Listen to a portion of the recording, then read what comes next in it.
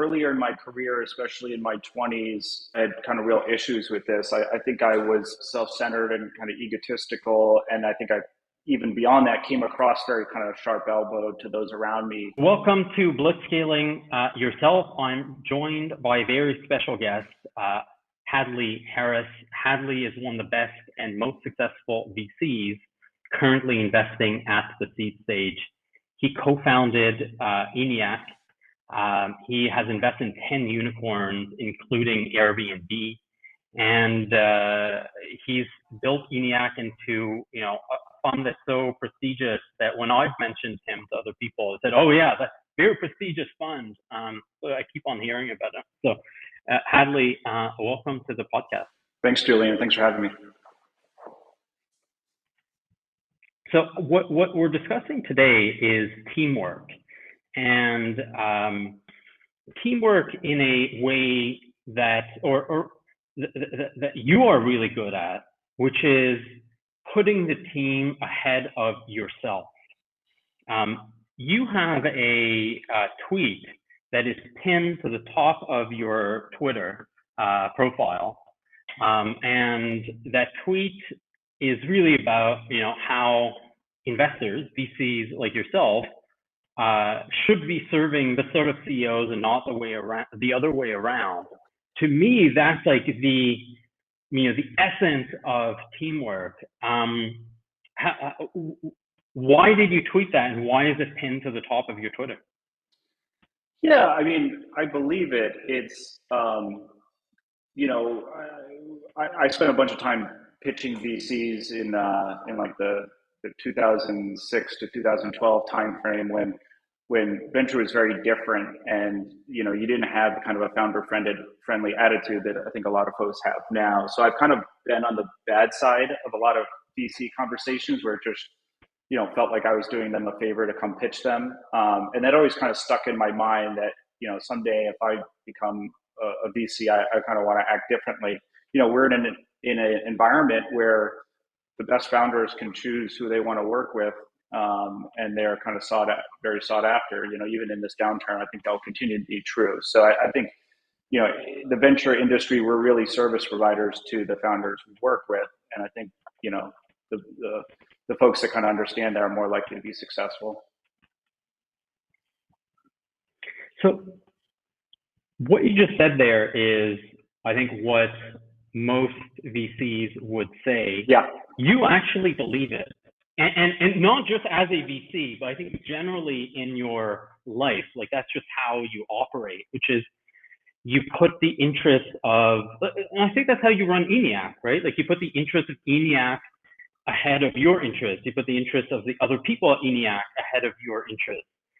How did you develop that kind of instinctive reaction? I think most people are totally self-centered. They're born self-centered, and you have to learn it. Like, how did you learn to be able to put others ahead of yourself so instinctively? Yeah, it's certainly something that's kind of gotten better over time. Like earlier in my career, especially in my 20s, I think I had kind of real issues with this. I think in reality I was kind of self-centered and kind of egotistical, and I think I, even beyond that, came across very kind of sharp elbowed to those around me, and had like a lack of trust. I think part of it is just maturing and working on more teams. One thing that's been really impactful for me, I do a pretty rigorous meditation practice every day, and that's definitely been helpful. I think a lot of people think about meditation as something that helps you kind of have lower stress or kind of generally be happier, and it does do that. But also, we're all kind of conditioned to kind of see everything from a very egotistical point of view, like you said. And I found that kind of my practice helps me kind of lower that to a certain degree and just naturally not think of things kind of from this like view of self. So I found that's really helpful, kind of to me, and kind of been impactful. And whether it's my wife or my teammates, I think I've gotten like positive reviews of how I've kind of changed over the years that I think a lot can be attested, can be attributed to that.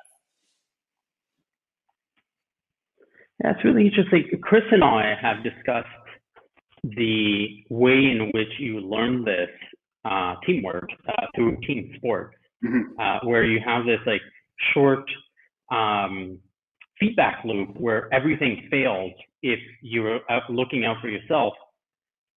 One of the experiences that's similar for you is working in a startup. Can you kind of like unpack, how working in a startup kind of trains you to be a great team player?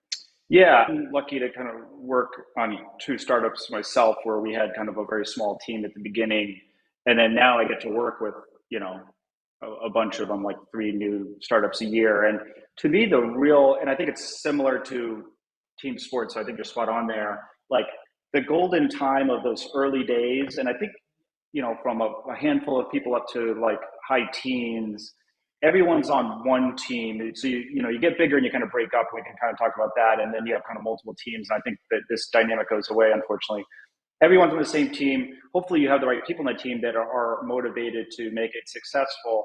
And just like that's the magic. Like everyone being willing to jump into different roles because things are changing so fast. You almost invariably don't have the right people to do exactly what you're doing at any time because you're doing something different month to month. You can't be like hiring new people every month, especially at that time.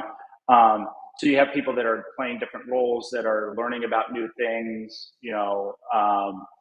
It's just a really kind of wonderful time to in an organization, in the type of organization. So I think you're right and sometimes you have people that are not good teammates that are very self-centered and want to do their own thing and are thinking about what they're going to do next. And unfortunately, those people just shouldn't be there. And hopefully the right founders and CEOs are able to kind of make that happen. But when you have that core team where everyone's in it together, that's where the magic happens.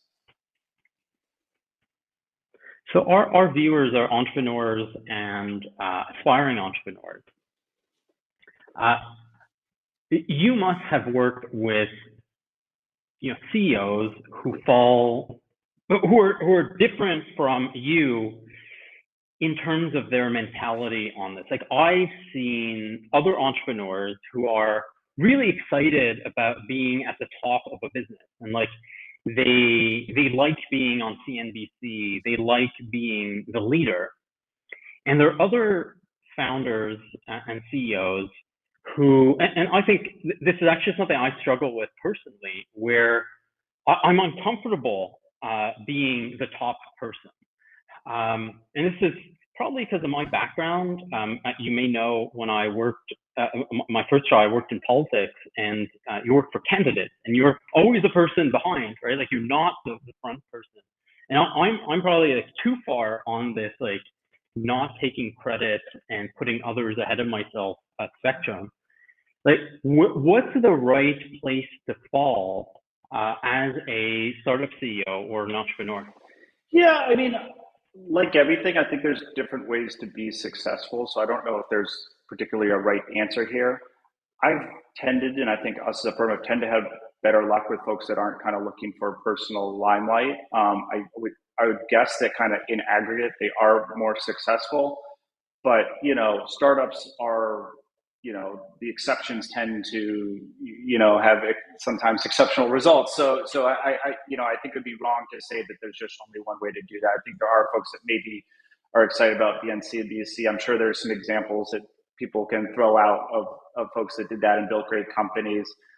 I think in aggregate, that's not the way to do it. It tends to be folks that are more team oriented because they just, they're going to have people around them that are that same way. And it's that kind of that core team, especially in the early days, that really makes it work, where if it's all about kind of yourself, that's less likely. So, I'm just thinking of some of like the latest companies that we've had kind of a lot of growth on, like Attentive and Alloy. Those founders are very selfless and not looking for any limelight.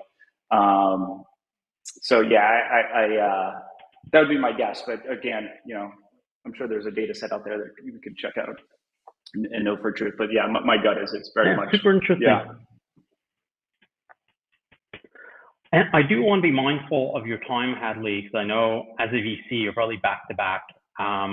So I'll wrap this up. So thank you for making time. Thank you for, actually digging into this stuff and going beyond your talk track, which I know can be uncomfortable. And thank you for everybody who submitted questions, and thank you for the live stream viewers. And see you guys on Friday when we're doing the episode, with Chris. Thanks, Julian. Appreciate it. Thanks. Okay.